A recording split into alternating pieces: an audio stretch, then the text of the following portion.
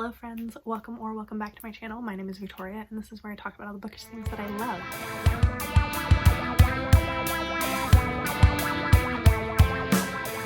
So for today's video, I am going to be doing my matching books to songs that I like, or matching songs that I like to books that I like kind of thing. Recommendations based on songs that I like.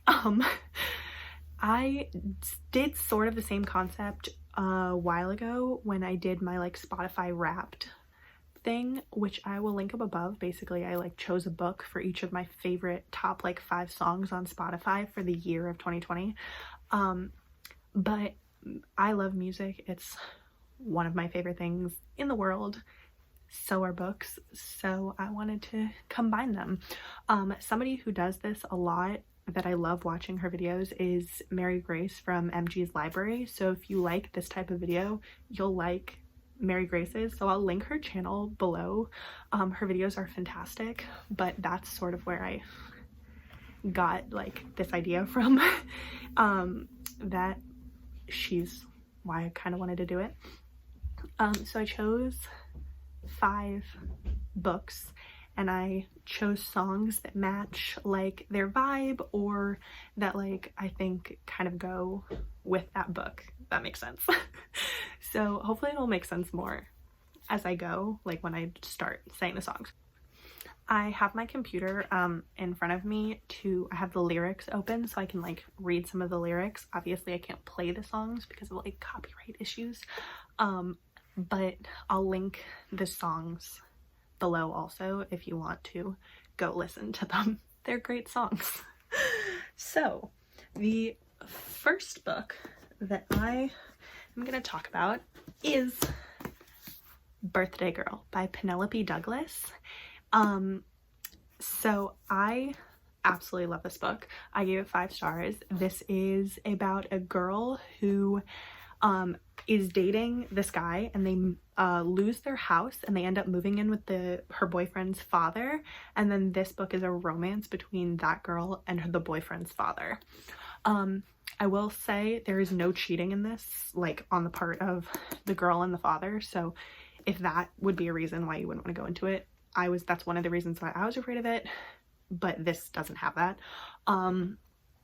So the song that I chose to go with this book is a song that I absolutely love. It's one of my best friend's favorite songs, and it is Guys My Age by Hey Violet.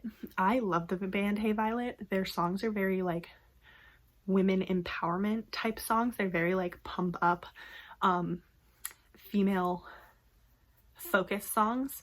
And basically Guys My Age is what the title says. It is a song about a girl saying that she's sick of dating guys that are her age, that they don't treat her right, they don't have a focus kind of thing. Some of the lyrics that I want to... So the first line in the song is, "I haven't seen my ex since we broke up, probably because he didn't want to grow up." It's basically like she's sick of being with men who are acting like children, that she needs like a man who knows what he's doing, and that if she wants to find that, she's not going to find it with somebody her age. She's got to go out and look for somebody who's older than her. So the song like details her going out, getting all really dressed up, trying to attract the attention of somebody who's older than her to give her that attention and focus that she actually needs like in a man. And I feel like that fits this book really, really well. Jordan, who is the main heroine in this book, is incredibly... oh, it matches my nails so nicely.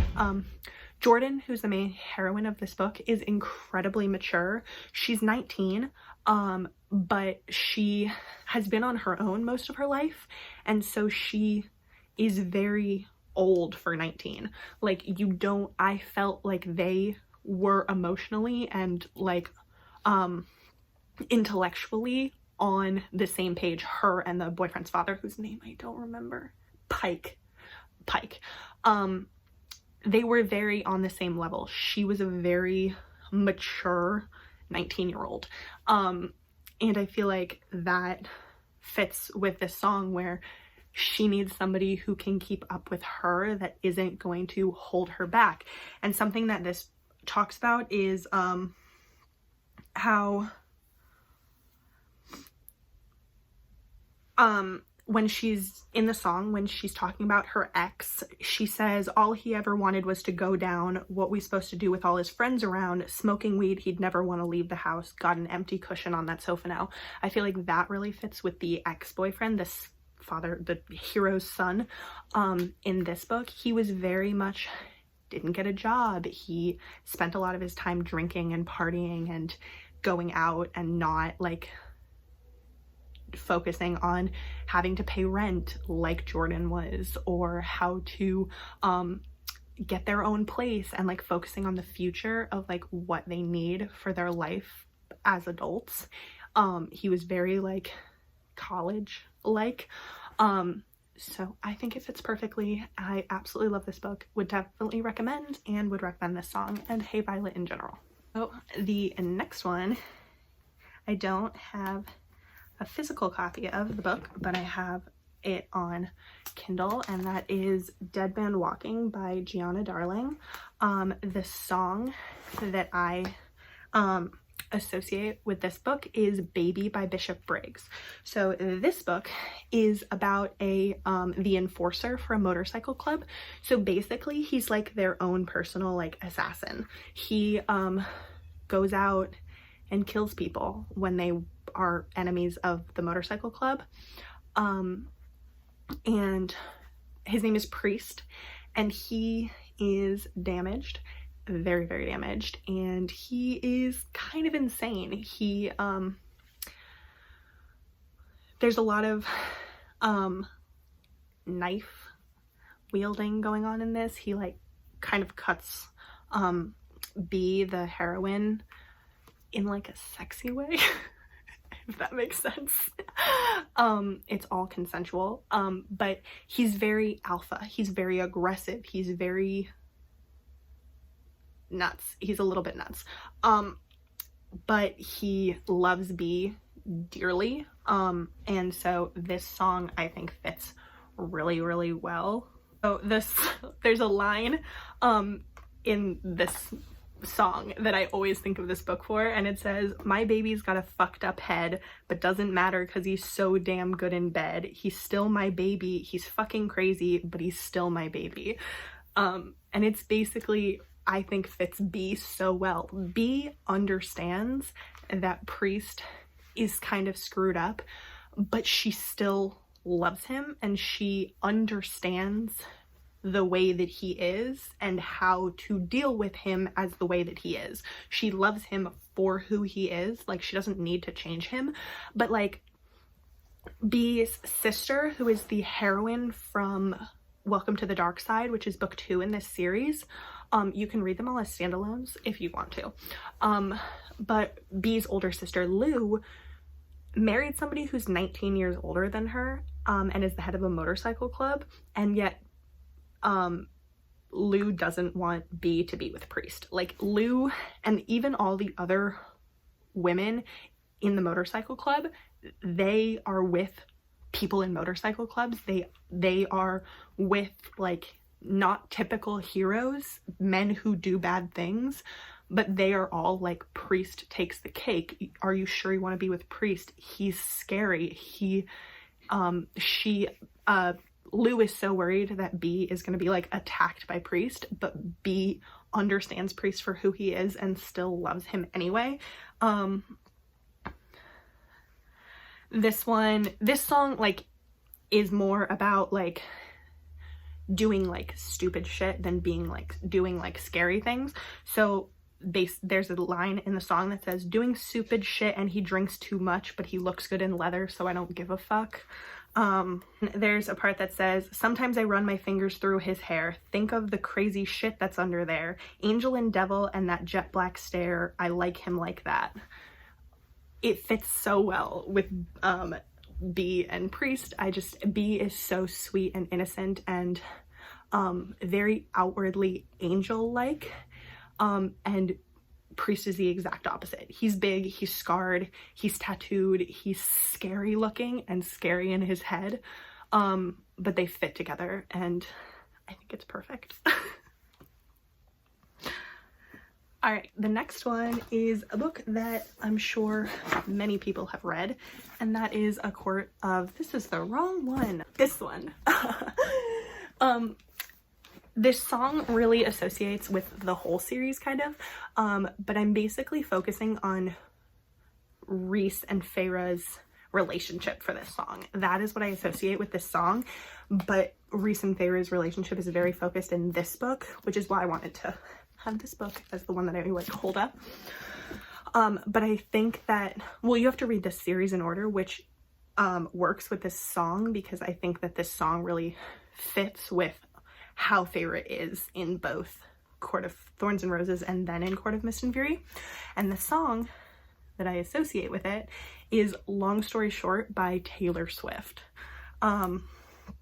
So this song is about when Taylor Swift kind of had a lot of bad press.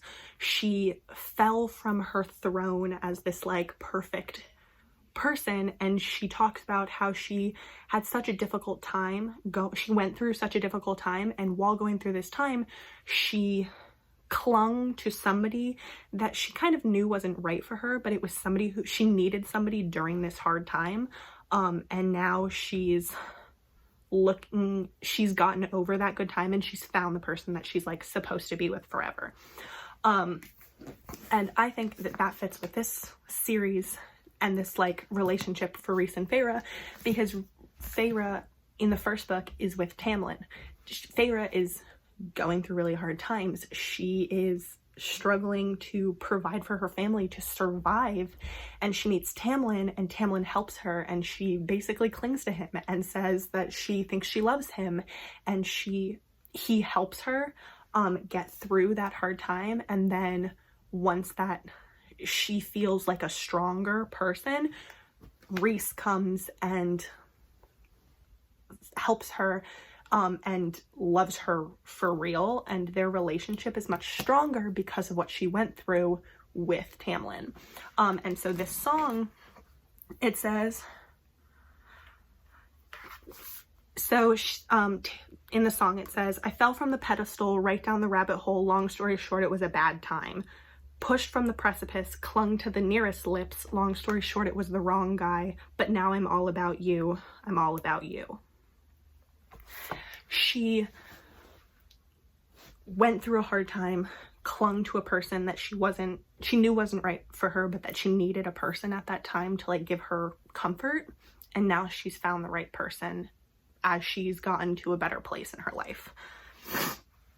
Some of the other parts in the song that I really like are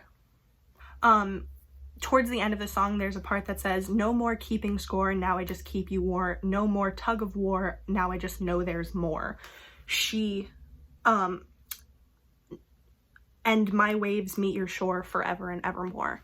She knows that the relationship that she had before, and that the time in her life that she had before is over, and that it wasn't a time that she enjoyed. It was, she talks about how there's no more tug of war. There's no more of her having to be somebody she's not, or having to pull the parts of her apart to satisfy other people. Now she knows that her job is to just be with that person, because you fit perfectly, you fit together without having to change yourself. And I think that that fits really well with Feyre and Rhys. And then the last part of the song is, I fell from the pedestal right down the rabbit hole, long story short it was a bad time. Pushed from the precipice, climbed right back up the cliff, long story short I survived. I think that this fits Feyre so well, because Feyre did what she needed to survive. That was the point of A Court of Thorns and Roses, and towards even the beginning of A Court of Mist and Fury, is she did what she needed to survive, and then Rhys helped her pick up the pieces and become a stronger person. And that's my explanation for why I think this song fits with this book. Okay, we have 2 more. So the next one is Romancing Mr. Bridgerton by Julia Quinn, specifically Penelope and Colin's relationship in this series before this book and in the beginning of this book. So Penelope loves Colin. She has a huge crush on him. She loves him. Colin doesn't think of Penelope that way. He likes her loves her like a friend, like a sister almost. There's even a part in one of the other books where his mom is like, why don't you marry Penelope? And he's like, what? I'm not marrying Penelope. Like, he doesn't think of her that way until this is their romance, so they obviously like end up together. But for this the song that I associate is more the feeling of that Penelope is loving him and he loves her, but not in that way. And the song is called Not in That Way by Sam Smith. This song is entirely about loving someone, but not in the way that they love you. From the point of the person who loves them.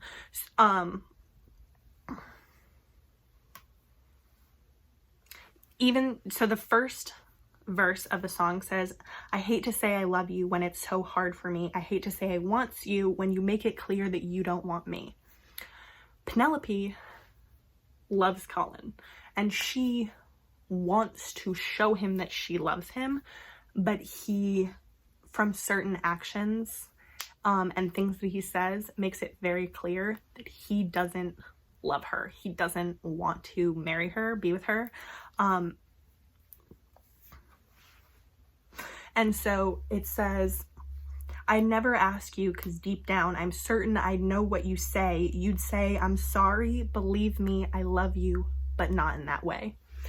And I think that the reason why I put this with Colin and Penelope when there are many relationships that are like this is because you can tell from other books in the series, from the first couple of books, from the interactions between Penelope and Colin, that he cares for her and that he he cares for her. He wants the best for her, but he doesn't love her like she loves him. And there are actually like certain points in this book where I don't think Colin even knew that Penelope had this big crush on him, which I think fits the song even more, is that she wants to tell him but knows how he feels already, that he blatantly doesn't love her in that way. Next one that I want to talk about is Smitten by Lauren Rowe. I love this book. I talk about this book a lot on my channel. It's one of my all-time favorite books. It is the swooniest, sweetest, most adorable romance I have ever read. This is a rock star-ish romance between Fish, who is the bassist for a very popular band called 22 Goats, but he is not the one that people like in the band. He is like the bassist, he's in the background. Dax is the lead singer, the lead guitarist. He is the one that everyone likes. Fish is not conventionally attractive. All he wants is for someone to love him for who he is and not for being Fish from 22 Goats. The heroine in this book is named Alessandra, and she is a sweetheart and she is an aspiring musician, but she doesn't have the grit that I guess it takes for a lot of it to be a musician. She's very emotional and sensitive, and she is very like, she doesn't like to take criticism very well. And so this book, they have a romance where Alessandra very much loves Fish for who he is, and Fish really helps Alessandra come out of her shell, be a stronger person, and be a more confident person, because he loves her so much that he's like, how can you not see that you're fantastic and that you're amazing and strong and beautiful. And so I really think that the relationship that Fish and Alessandra has is like one that you can feel like in your heart, that's like gonna go the distance. Like the way that they feel about each other is just like forever, and it's so sweet. Love it. The song that I associate with their relationship is Thinking Out Loud by Ed Sheeran. This song is a really sweet and romantic song about a relationship that the man is telling the woman that he will love her forever. And so the parts of the song are, it says, darling, I'll be loving you till we're 70, and baby, my heart could still fall as hard at 23. But I think that the biggest section of the song that really like goes with this is because Ed Sheeran is a musician, so he's singing from the perspective of a musician. So he says, when my hair's all but gone and my memory fades and the crowds don't remember my name, when my hands don't play the strings the same way, I know you will still love me the same. Fish's fear is that somebody doesn't love him for who he is, but loves him for being Fish from 22 Goats. And so when he finds Alessandra and she loves him for who he is, he knows that she doesn't care if he isn't part of 22 Goats anymore. He doesn't care if she would still love him even if he wasn't a famous rock star. And I think it fits really well. And it's just a very romantic song, and this is a very romantic and swoony feeling book, and I love it, and I love the song, and I think it fits really nicely, and I would recommend listening to it and then reading this book. But those are the 5 that I wanted to talk about. Let me know if you like this video. I have many more that I could do, but that is it. So thank you so much for watching. Give it a thumbs up if you like it. Subscribe, stick around. We have fun here. It really helps out my channel. But that's it. So